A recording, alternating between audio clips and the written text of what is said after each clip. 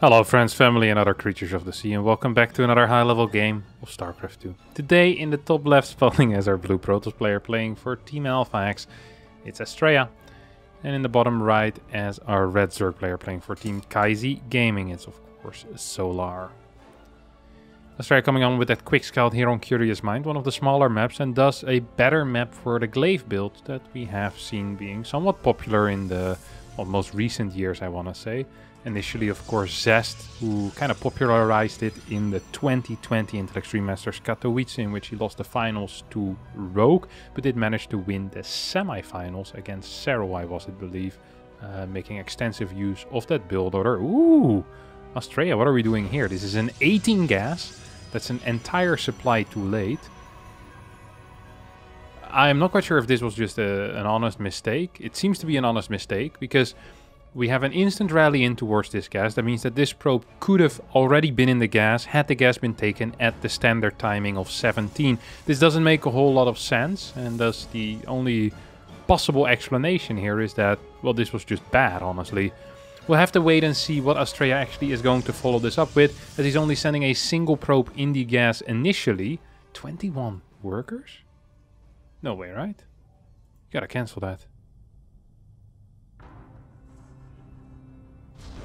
21 supply Cybercore. Okay, Astrea's making some moves here that I'm not quite aware of yet. He seems to get every building one supply too late. I wonder what this does. Does this increase your eco by a lot? And he has maybe slightly more constant worker production. Is that what's happening here? I am not familiar with this whatsoever. It's kind of interesting. I think he didn't have to have a big cut after 21, like you usually have at 20 when you throw down that cyber. So I guess he wins maybe 10-15 minerals, and we get a delayed cybernetic score by about 3 to 4 seconds. If you're playing Warpgate first, that's actually somewhat of a big deal. If you're playing a Stargate as an opener, it's less of a big deal, because that Stargate already is going to be delayed a little bit. We have the Stalker coming out as the first unit. Is he going to try and find this Overlord? No way, right? Astrea is kind of wild in his stuff. Okay, just gotta make sure that it doesn't pop in here. Okay, he's going to move out with the Stalker right now. Is he actually going to move this across the map? No way. No way, Jose.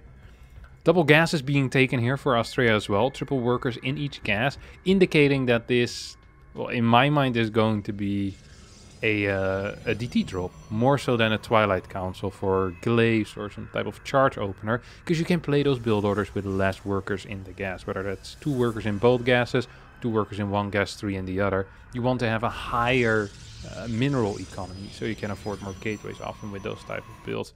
This really does smell like a Dark Shrine, and the fact that we don't see anything starting yet does kind of indicate that Dark Shrine indeed. And here we go, Dark Shrine gets built, and now this could be for a double gate, a triple gate, or even a 4-gate Dark Shrine.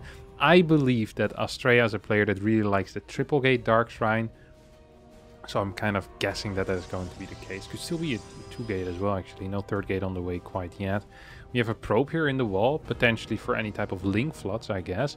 But it's a pretty safe play. Cool to see. No 3rd gate. Instead, we see the Prism starting immediately. Pylon on the way as well over here. So this is the type of build order where, if you look at this and you have map hack as a Zerg player, you can build a bunch of links and potentially cancel that 3rd base that is being constructed extremely quickly off of this, because this is a build with a very fast 3rd base. Ooh, this link not going to be capable of getting in here. We see a pylon being built on the 3rd base location. Prism is coming out right now. We have a spore on the way as well in the natural. We're gonna need a spore in the 3rd base as well. A move that a lot of Zerg players kind of do is that they'll start their spores, and then when they see an adept warp in, they'll cancel the spores because they know it's not going to be DT. Here it's fairly obvious that it's not going to be more adept, and instead it's going to be DT. We see a bunch of links moving across the map, and if these links were built slightly faster perhaps, or more links were built immediately, you could perhaps even get a cancel here on this 3rd base, and it's something that we have seen in the past. There are 4 adepts, and it gives a good type of defensive setup. These adepts, of course, saw that there was a spore building, and thus these DTs are just kind of controlling the creep more so than anything, making sure that drones can't really transfer over either, and just staying out of range of that spore. Really cool movement with these Dark Templar. So we see a full round of drones right now coming out for Solar, and surely Astrea just needs to transition either into Blink at this point, or he could decide to warp in 2 more DTs. I love the use of this DT drop. Just saying, hey, the only thing I care about is denying your creep. And if I deny your creep, maybe in the future, I can actually deal some damage with a Blink push. And that's a really cool thought. We do have gas, plenty of gas here for another double DT warp in. So it could be heading into a double Archon drop here as well. Or he could just keep these DTs as DTs.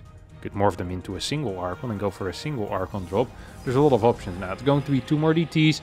These Links are trying to move into position, but with the double DT warp in, the Archon is going to remain safe. Once that Archon finishes up, these DTs will move back to the Archon to also morph into an Archon themselves, and then the Archon will be defending it. So they're basically taking turns defending one another. Links, however, are coming back in, and Solar with a very nice sniper is going to get that one Archon. That is actually beautiful stuff. I love that out of Solar there. That was such a solid pickoff. Saying, hey, I have vision with that watchtower. I can get the exact timing. And one Archon isn't enough DPS apparently to take out, what was it, 20 or so Links to kill one Archon. So, beautiful pickoff. And yeah, we see that in the resources lost here for Astrea. Now, don't forget, creep tumors don't show up in the resources lost. They do show up in the units lost, I believe. So 7 tumors have been taken out. It's kind of represented here on the mini-map with this, this very little committed DT drop. This is a DT drop that isn't really supposed to do a lot of damage directly. You don't, like, if you can kill maybe like a couple of workers, a drone here or there, maybe that transfers. But we could see that that wasn't really the intention. The intention here for Astrea was just to deny creep, follow this up with some type of blink push, or at least have the potential to go for a blink push. Creep isn't even over at the 4th base yet. Creep is hardly pushed out from the 3rd. Made its way down the ramp of the natural as well. Like, this is a great start creep denial wise. The eco looks very solid as well for Astrea, and I'm a big fan of this build order. We have a bunch of randomly placed pylons here. I'm not entirely sure what the purpose is. I guess you could build gateways in between if you believe you're being all in. Is that what Astrea believes here? Does he believe that he's being all in, or is there... I just am not entirely sure, honestly. Astrea is a bit of a different player than I am. Is a different player than most Protoss players are. So, difficult for me to completely read as to what's going on. But he is someone that thinks a lot about how he wants to play. So, if I see these pylons here, these are not like... They also have like a certain distance between them. You know, it feels like he maybe wants to build a wall here. Maybe do something else with them. I'm just not sure. But just because I don't understand it doesn't mean that it isn't good to understand a lot of things. You could basically completely delete physics and the more difficult parts of mathematics if it was about my understanding of things. This is second disruptor. Wouldn't mind this disruptor actually entering the prism. This is a move that I've seen Hero make a lot. Is where he'll get a very late disruptor transition, but still get prism speed and saying, hey, as long as you don't have the Mutalisks, as long as there's no Vipers, I actually think that 2 disruptors in a prism are a great tool for harassing. And I agree with Hero when it comes to that. 4th base is being taken right now. This has been an extremely passive game for the past few minutes. This DT is going to get caught. The Overseer moving in position. No, DT is going to escape. 4 Zealots are on the way. Charge is about halfway done as well. This is very important that Astrea doesn't lose this, first of all, but also that Astrea checks the worker count on this 4th base. Main base is already running out of workers. You know that as a Protoss right now. It's 8 minutes in the game. Your own main base is running out of workers. So if you see 10 workers here, that means there's not going to be too many workers anywhere else either. So this is practically a 3-base all-in coming out of Solar. These pylons actually not doing too many favors here for Astrea, blocking his own units more so than anything. 16 workers get taken out here. Nexus takes a fair chunk of damage as well. Good initial fight here for Solar. Loses a lot of the Banelings, but kills a bunch of workers here. Archons largely do stay alive, and so do the Disruptors. So these high-value assets that Astrea has are still alive, and that could potentially be an issue given that Solar doesn't have an insane eco. Solar wants to go again with this, or he needs to add 10, 12 workers and take a 5th base, add a 7th gas as well at the same time, maybe even consider going into an infestation pit at some point. +2 is being researched right now, and once that finishes up, these follow-up pushes are just going to be that much more viable. We have a big Baneling morph in here on the right side, very close to this watchtower. And that's somewhat important. At the same time, we have a big move in heading towards the left side here. But I think this is more of a distraction. It's a distraction to this top part. This is where the damage is going to be. I wonder if he's going to wait for the +2. It's 16 more seconds. I think it might just be a very wise decision to wait for that +2. But Solar decides that wise decisions are for idiots. Instead, it's going to go in. Might actually get the Nexus cancel here. The Nexus kill. My apologies. Yeah, definitely going to get it if he just blows up. There we go. 16 more workers going down. That means 77 workers against 60 right now. +2 finishing up as well here. These zealots are not going to be capable of dealing the damage that Solar wants. And that means that Astrea's in a world of trouble and probably should be setting up some type of push in the near future. Still going to be working off a high gas count. As there's no follow-up tech, maybe the plan here for Astrea is to max out. Get like 160, 170 supply with +3. Just get a lot of these heavy hitters. These Archons and these Disruptors. Archons to deal with the Banes. Disruptors to deal with the Roaches and Ravagers. And as long as Solar doesn't go into Hive, this is actually a somewhat viable plan. I think Astrea saw that Hive just recently started, and that might just be big. The spot that there's 16 workers right now is going to go in for the warp in. It seems a little bit ambitious in my opinion, not entirely necessary either. I love that this Prism just been idling here, saying, hey buddy, you're gonna need to do something about that at some point. As we see that happening, Solar's going to move in right now. Go for an attack. Big Baneling run by as well. There's a lot of Archons here tanking that damage with the battery in the back as well. It's going to be such a powerful and efficient fight here.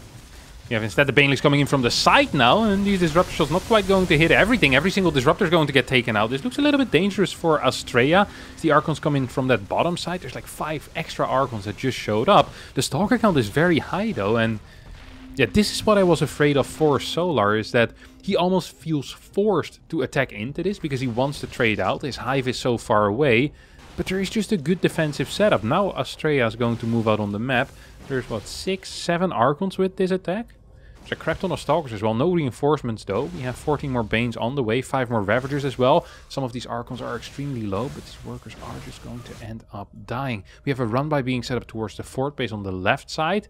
Astrea is actually mining off of 71 workers right now. There's no need for Astrea to continue going. He's up 10 supply. He's up in workers. This Prism is still... No, it's not alive anymore. May it rest in peace in the fields of fire. Gets warped back, right, to Protoss Heaven. I think that's what happens with the Protosses that die. Still going to be a decent Archon count here. And the thing with the Baneling count is that it just gets reset after every single fight. So if the Archons stay alive, you just continuously be fighting against a higher Archon count. And that's an issue now. +3 is coming in as well. Vipers are being constructed. Astrea is being aggressive with the Stalkers to just clear creep. And it's obvious to me that he's setting up for a potential push.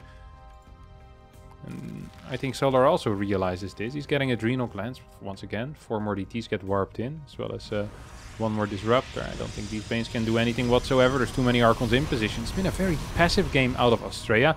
He's just been waiting for his moment to go. It's like, okay, I'm just going to set up a defensive force here on Curious Minds. It's a difficult map to attack. It's a difficult map to defend. I hope my opponent attacks into me, doesn't get too much eco at the start. Then eventually, as long as I keep my cannons or my Archons and my Disruptors alive, or well, mainly the Archons honestly, I'm going to be just fine. 13 Archons in this composition. Where are the Vipers? Well, they're not right now with this army. They did manage to gather some energy. Blinding Cloud, an extremely viable tool against not only the Disruptors, but also against the Archons, of course, with the Blinding Cloud. However, 1 Viper gets taken out before it really does anything. The other one only got an abduct. I do believe we saw a single Blinding Cloud that was useless.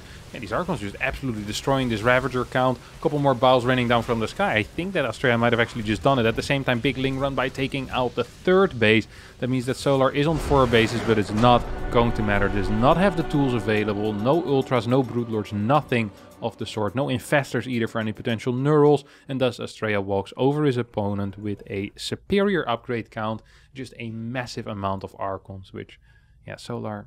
You just need more crap. You need a lot of Roaches. You need something. Once the Archon count rises above 6, 7, it just is so hard for Zerg to fight it with a pure Ravager Lingbane army. And that's what we ended up seeing here. That's going to be it for me today, my friends. Thanks all so much for watching. I hope you did enjoy it. If you did, don't forget the like button, subscribe to the channel. And hopefully I'll see all of you next time for a new video. Thank you so much, and bye-bye.